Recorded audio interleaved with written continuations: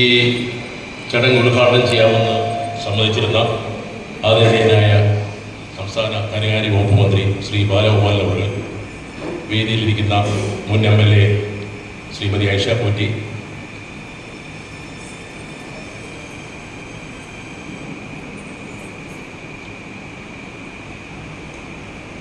Municipal chairman, വേദിയിലിരിക്കുന്ന മറ്റ് പ്രമുഖരെ, സദസ്സിലിരിക്കുന്ന ബഹുമാന്യരെ, യുവജനങ്ങളെ, ഞാൻ ആദ്യം ആദരണീയനായ മന്ത്രി എന്നെ ഏൽപ്പിച്ച ചടങ്ങ് നിർവഹിച്ചിട്ട് ഞാൻ അനുസ്മരണത്തിലോട്ട് കടക്കാം.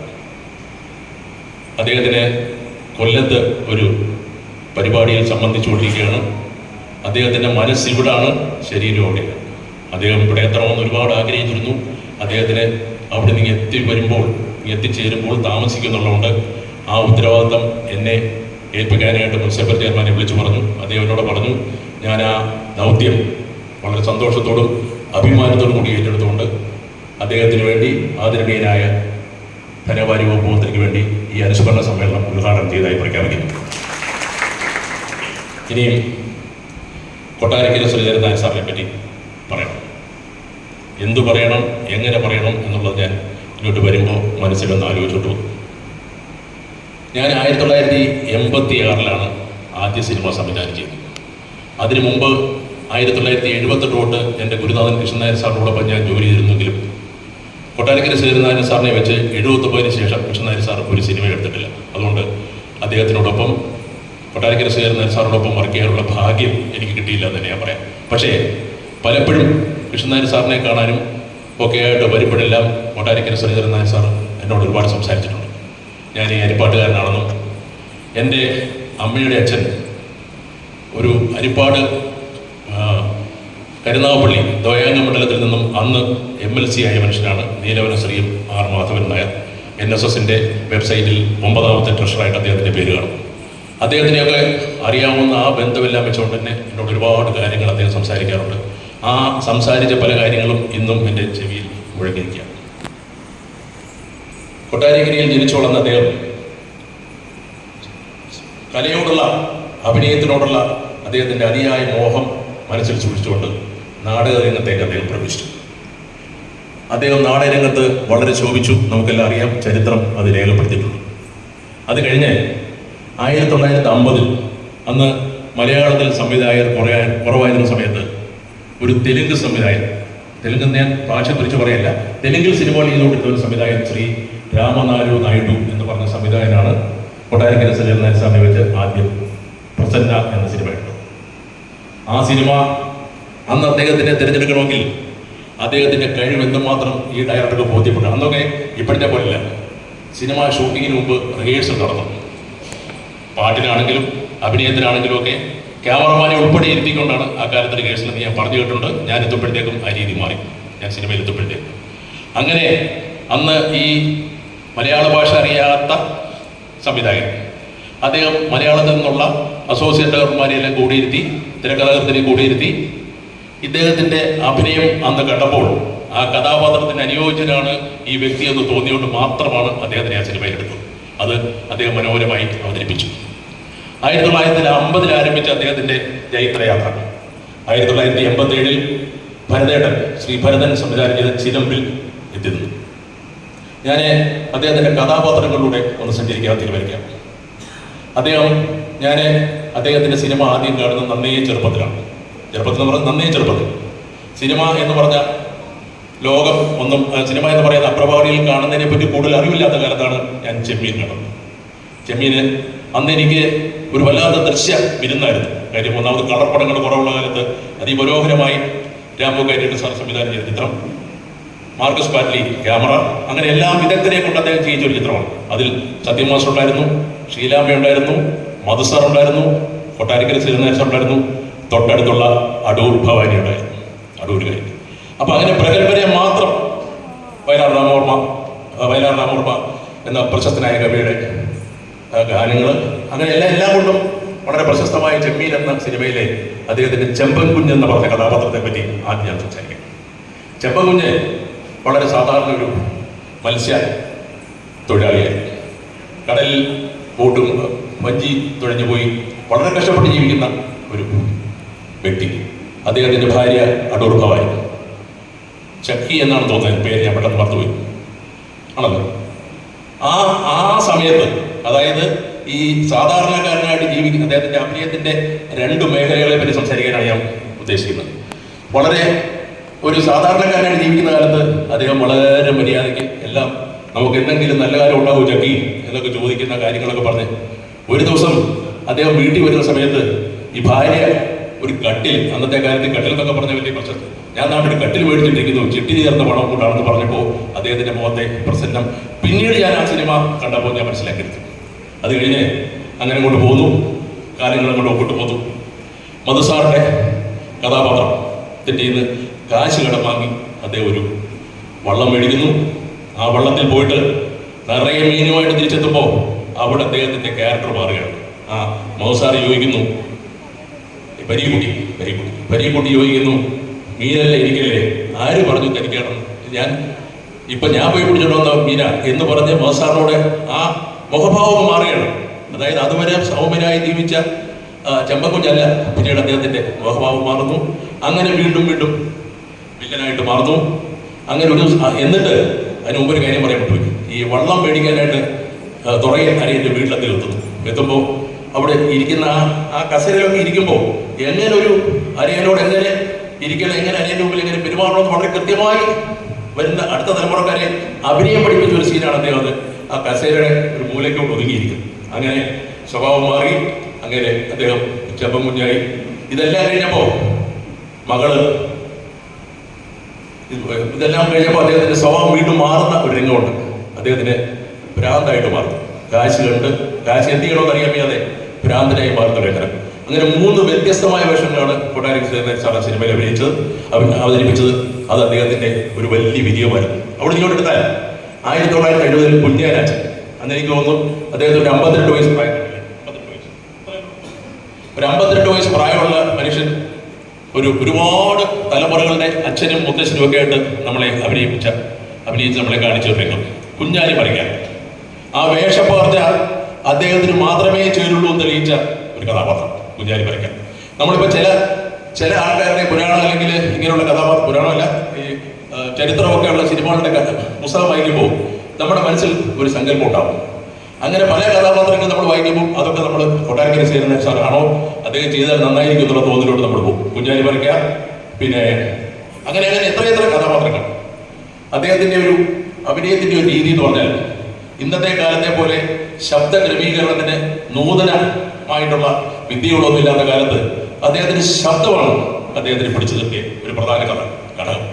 അന്ന് ഈ ഇൻഡോറിലാണ് ഷൂട്ട് ചെയ്യുന്നത്. ഞാൻ കുറേ പടങ്ങൾ ഇൻഡോറിൽ ഷൂട്ട് ചെയ്യുന്നുണ്ട്. അവിടെയൊക്കെ ഈ ഒരിക്കൽ തെറ്റിയാൽ പിന്നെ വലിയ ബുദ്ധിമുട്ടാണ്. ഇന്നത്തെ പോലെ ഡിജിറ്റൽ ഷൂട്ടിങ്ങുള്ള കാലമല്ല, ഫിലിം ഷൂട്ട് ചെയ്യുന്ന കാലമാണ്. അപ്പോൾ വളരെ പേടിച്ചാണ് ഞങ്ങളെല്ലാം വർക്ക് ചെയ്യുന്നത്. അവിടെയൊക്കെ ഈ അദ്ദേഹത്തിൻ്റെ ഓരോ സീനിലും അദ്ദേഹത്തിൻ്റെ ഒരു ശബ്ദ ക്രമീകരണം ഞാനിതെല്ലാം ശ്രദ്ധിക്കുന്നത് പിന്നീടാണ്. ഇപ്പോൾ സിനിമകൾ കാണുമ്പോൾ പല സിനിമയിലും അദ്ദേഹത്തിൻ്റെ വിദഗ്ധമായ അഭിനയം അത് വരും തലമുറയ്ക്ക്, ഇപ്പോഴത്തെ പുതിയ തലമുറയ്ക്ക് ഒരു മാർഗദീപമായി അദ്ദേഹം വെച്ചിട്ട് പോയതാണ്. അത് ഇപ്പോഴത്തെ കുട്ടികൾ പിന്തുടരുന്നുള്ളതാണ് എൻ്റെ ഒരു അഭ്യർത്ഥന. അങ്ങനെ അദ്ദേഹം ഒരുപാട് കഥാപാത്രങ്ങൾ അവതരിപ്പിച്ചു. 87-ലെ ഞാൻ വിട്ടുപോയൊരു ആദ്യത്തെ മൈ ഡിയർ കുട്ടിച്ചാത്തൻ എന്ന് പറയുന്ന സിനിമയിൽ അദ്ദേഹം അഭിനയിച്ചു. അങ്ങനെ അദ്ദേഹത്തിൻ്റെതായിട്ടുള്ള കഴിവുകൾ പ്രകടിപ്പിച്ചുകൊണ്ടുവരുന്ന ഒരുപാട് സിനിമകൾ അദ്ദേഹത്തിൻ്റെതായിട്ട് വന്നിട്ടുണ്ട്. ഞാൻ കൂടുതൽ ദീർഘിപ്പിക്കുന്നില്ല. എനിക്ക് ഒരൊറ്റ വിഷമമുണ്ട്. ഞാൻ 1979 ഒറ്റ വിഷമമല്ല, നല്ല വിഷമം. സിനിമയിലെത്തിയെങ്കിലും കൃഷ്ണൻ നായർ സാറിനോടൊപ്പം ഒരുപാട് കൃഷ്ണൻ നായർ സാർ എൻ്റെ ഗുരുനാഥൻ, അദ്ദേഹത്തിനോടൊപ്പം ഒരുപാട് സിനിമകൾ വർക്ക് ചെയ്യുന്നെങ്കിലും ആ കാലഘട്ടത്തിലൊന്നും കൊട്ടാരക്കര ശ്രീധരൻ നായർ സാറിനെ വെച്ച് അദ്ദേഹം സിനിമ എടുക്കാത്തതുകൊണ്ട് അദ്ദേഹത്തിനോട് പോയി ഒരു ഡയലോഗ് പറഞ്ഞു കൊടുക്കാനോ അദ്ദേഹത്തിൻ്റെ അഭിനയത്തിനെ നോക്കി നിൽക്കാനോ കൺകുളിർക്കെ കണ്ടു നിൽക്കാനോ നേരിട്ട് ഉള്ള സാധ്യത എനിക്കില്ലാതെ പോയി എന്നുള്ള ഒരു വലിയ വിഷമമുണ്ട്. ഒപ്പം 86-ൽ ഞാൻ ആദ്യത്തെ പടം മലരിംഗിളിയും എന്ന് പറയുന്ന സിനിമ മമ്മൂട്ടി വെച്ചെടുത്തപ്പോൾ ആ വർഷം ആണ് അദ്ദേഹത്തിന് നമ്മളിൽ വിട്ടുപോയത്. അതുകൊണ്ട് എൻ്റെ മനസ്സിലൊരാഗ്രഹം അന്നും ഇന്നും ബാക്കിയിരിക്കുകയാണ്. കൊട്ടാരക്കര ശ്രീധരൻ സാറിൻ്റെ കൂടെ ഒരു സിനിമയിൽ അസിസ്റ്റൻ്റായി വർക്ക് ചെയ്യാൻ പറ്റാത്ത വിഷമം, ഒപ്പം അദ്ദേഹത്തിന് പറ്റൊരു സിനിമ എടുക്കാൻ പറ്റാത്ത വിഷമം. അങ്ങനെ അദ്ദേഹത്തിനെ പറ്റിയുള്ള ഓർമ്മകൾ ഒരുപാട് പോവുകയാണ്. ഞാൻ കൂടുതൽ ദീർഘിപ്പിക്കുന്നില്ല. പിന്നെ അദ്ദേഹത്തിന് ഒരു നല്ല സ്മാരകം ഇവിടെ വരാൻ പോവുകയാണ്. കൊട്ടാരക്കര തിയേറ്റർ. അദ്ദേഹത്തിൻ്റെയും നമ്മുടെ നടൻ മുരളിയുടെയും കൂടെ സ്മാരകത്തിലാണ് തിയേറ്റർ പണിയുന്നത്. അതിൻ്റെതായ മുഖ്യമന്ത്രി, അതിൻ്റെതായ ധനകാര്യ വകുപ്പ് മന്ത്രി, അതിൻ്റെ സാംസ്കാരിക വകുപ്പ് മന്ത്രി, ഇവരുടെ എല്ലാം നിർദ്ദേശങ്ങൾ ഉൾക്കൊണ്ടുകൊണ്ട് അതിൻ്റെ പ്രവർത്തനങ്ങൾ വേണ്ടി ഞാൻ മുമ്പോട്ട് പോവുകയാണ്. ഞാൻ വന്ന സ്ഥലമൊക്കെ കണ്ടു. എത്രയും പെട്ടെന്ന് XMLA പറഞ്ഞതുപോലെ എത്രയും പെട്ടെന്ന് അത് നടപ്പിലാക്കാനുള്ള ശ്രമത്തിലാണ് ഞാൻ. അതിനുവേണ്ടിയുള്ള ഈ സോയിൽ ടെസ്റ്റിംഗ് ഒരുപാട് ടെക്നിക്കൽ പ്രോബ്ലംസ് ഉണ്ട്, അതൊക്കെ ചെയ്യാനുള്ള ഇതിലാണ് ഞാൻ മുമ്പോട്ട് പോയിക്കൊണ്ടിരിക്കുന്നത്. എന്തായാലും ഇങ്ങനെ എന്നെ അദ്ദേഹത്തിനെ വെച്ചൊരു സിനിമ എടുക്കാൻ സാധിച്ചില്ല, അദ്ദേഹത്തിനോട് പോയി ഒരു ഡയലോഗ് പറഞ്ഞു കൊടുക്കാൻ സാധിച്ചില്ല എന്നുള്ള വിഷമം എനിക്കിന്ന് മാറി. വേറൊന്നും പക്ഷേ ഇങ്ങനെയല്ലായിരുന്ന വിഷമം വരുന്നത്. അദ്ദേഹം ജീവിച്ചിരിക്കുമ്പോൾ അദ്ദേഹത്തിൻ്റെ ഒരു ചടങ്ങിന് വന്ന് 4 വാക്ക് സംസാരിച്ചിട്ടുണ്ടെങ്കിൽ അത് അതിലേറെ എനിക്ക് സന്തോഷമായത്. എന്നാലും ഞാനത് ഒരു അംഗീകാരമായി കാണുന്നു. അദ്ദേഹത്തിന് ഒരു അനുഭവം കൂടെ. അദ്ദേഹം ഞാൻ ഈ പറഞ്ഞ പോലെ ഹരിപ്പാടാണ് എൻ്റെ വീട്.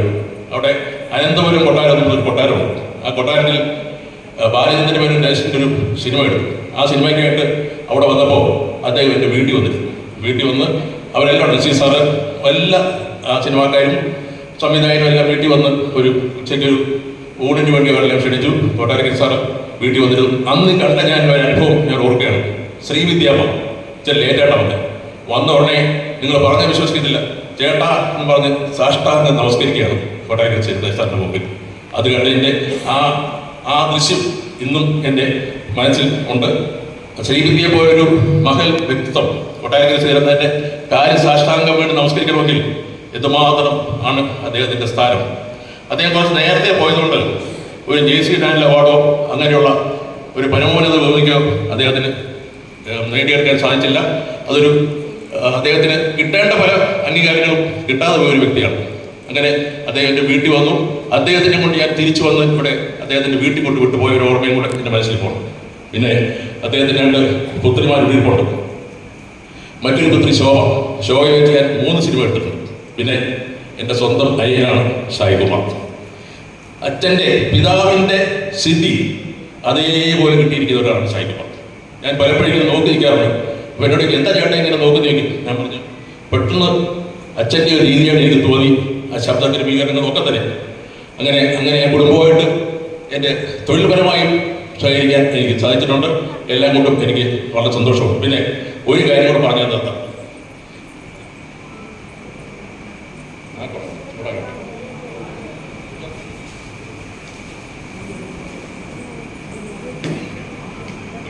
ചൂടായുള്ള നാഗുണമല്ല, പറഞ്ഞല്ല എന്താ പറയാ എന്താ പറയാ ആദരണീയായ മുൻ MLA പറഞ്ഞൊരു കാര്യത്തിലോട് കിടക്കുകയാണ്. നർക്കോട്ടിക്സ് ഡേർട്ടി ബിസിനസ് എന്ന് 1987 മോഹൻലാലിനെ കൊണ്ട് പറയാൻ പറ്റിയ വ്യക്തിയാണ്. 20ാം നൂറ്റാണ്ട് അന്ന് എൻ്റെ മനസ്സിൽ ആശയമുണ്ടായിരുന്നു. Narcotics is a dirty business എന്ന്. ഒരു സ്മഗ്ലർ, ഒരു കള്ളക്കടത്തുകാരൻ മറ്റേ തൻ്റെ എതിരാളിയുടെ മുഖത്ത് നോക്കി പറഞ്ഞൊരു സിനിമയാണ് 20ാം നൂറ്റാണ്ട്. അന്നും ഇന്നും എല്ലാം എൻ്റെ മനസ്സിൽ ജനങ്ങൾ ഇഷ്ടപ്പെട്ടു. എൻ്റെ സിനിമകൾ എടുത്ത് നോക്കി അറിയാം. കാര്യം അങ്ങനെയുള്ള വ്യക്തി അങ്ങനെ ഈ കുട്ടികളെ വഴിതെറ്റിക്കുന്നതോ അങ്ങനെയുള്ള ഒരു കാര്യങ്ങളും എൻ്റെ സിനിമകൾ ഉണ്ടാവാറില്ല. പിന്നെ ഈ കുട്ടികളെ വഴിതെറ്റെന്ന് പറയുന്നത് അതൊരു ചെറിയ കാര്യങ്ങളുണ്ട്. അത് ഓരോരുത്തരുടെ ആറ്റിറ്റ്യൂഡാണ്. ഇപ്പം നല്ലത് കണ്ടാൽ നല്ലത് സ്വീകരിക്കണമെന്നും ചീത്ത കണ്ടാൽ അത് സ്വീകരിക്കാതിരിക്കണമെന്നുള്ള ഒരു ആറ്റിറ്റ്യൂഡും മനസ്ഥിതിയും ഉണ്ടാവുന്നത് കുട്ടികൾക്കാണ്. എങ്കിലും ആദരണീയായ ഐഷ പോറ്റി മേഡം പറഞ്ഞതുപോലെ ഞാൻ ഒരു സിനിമയെപ്പറ്റി അത് പറഞ്ഞപ്പോൾ തൊട്ട് ചിന്തിച്ചു തുടങ്ങിയിരിക്കുകയാണ്. അങ്ങനൊരു സിനിമ. കാര്യം ഈ കുട്ടികൾ വഴിതെറ്റാതിരിക്കാൻ അതിന് കൂടുതൽ ശ്രദ്ധിക്കേണ്ടത് അച്ഛനമ്മമാരാണ്. അപ്പോൾ അച്ഛനമ്മമാരെ കൂടെ ബോധവൽക്കരിക്കുന്ന രീതിയിലുള്ള ഒരു നല്ല സിനിമ എടുക്കണമെന്നുള്ള ആശയം എൻ്റെ മനസ്സിലുണ്ട്.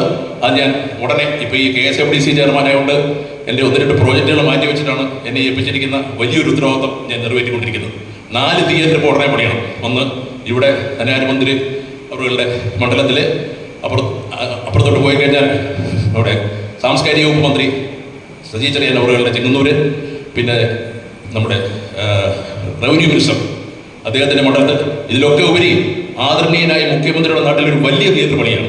അത് 4 സ്ക്രീനൊക്കെ ആയിട്ട് വെച്ചിട്ട് ഒരു വലിയ തിയേറ്റർ. ഈ സ്ഥലങ്ങളെല്ലാം പോയി കണ്ട് അതിൻ്റെ എല്ലാം പ്ലാനിങ് കാര്യങ്ങളുമായിട്ട് ഞാൻ മുമ്പോട്ട് പോയിക്കൊണ്ടിരിക്കുകയാണ്. എന്തായാലും അതെല്ലാം ഭംഗിയായിട്ട് നടത്തണം. ആ ധൃതിക്കിടയ്ക്ക് എനിക്ക് എൻ്റെ കയ്യിലുണ്ടായിരുന്ന 1-2 സിനിമകൾ വരെ ഞാൻ മാറ്റി വെച്ചിരിക്കുകയാണ്. അത് വേറെ ഒന്നും കണ്ടല്ല. ഞാൻ കഴിഞ്ഞ ഇപ്പോൾ പറഞ്ഞ പോലെ 1979 തൊട്ട് ഞാൻ സിനിമയിൽ പ്രവർത്തിക്കുന്നതാണ്. ഒരു സിനിമാ പ്രവർത്തനം എന്നുള്ള നിലയിൽ എനിക്ക് ഒരുപാട്, ഞാൻ ഈ പറഞ്ഞതുപോലെ ഇൻകം ടാക്സ് ഒന്നും പിടിക്കാൻ പറഞ്ഞാൽ ഞാൻ കണക്ക് കൊടുത്തിട്ടുണ്ട്.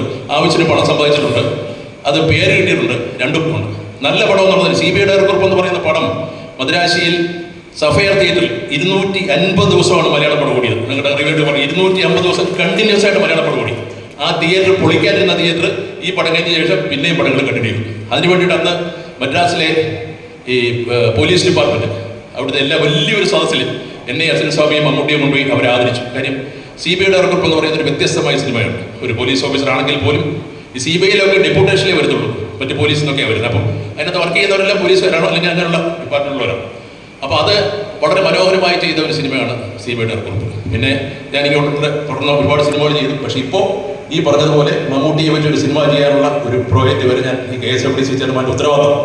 ഞാൻ പറഞ്ഞു വന്നത് ഇത്രയും കാലം സിനിമയിൽ പ്രവർത്തിച്ച് എനിക്ക് സർക്കാരിൽ തന്നിരിക്കുന്ന ഏറ്റവും വലിയൊരു അംഗീകാരമാണ് ഈ KSFDC ചെയർമാൻ സ്ഥാനത്തുള്ളത്.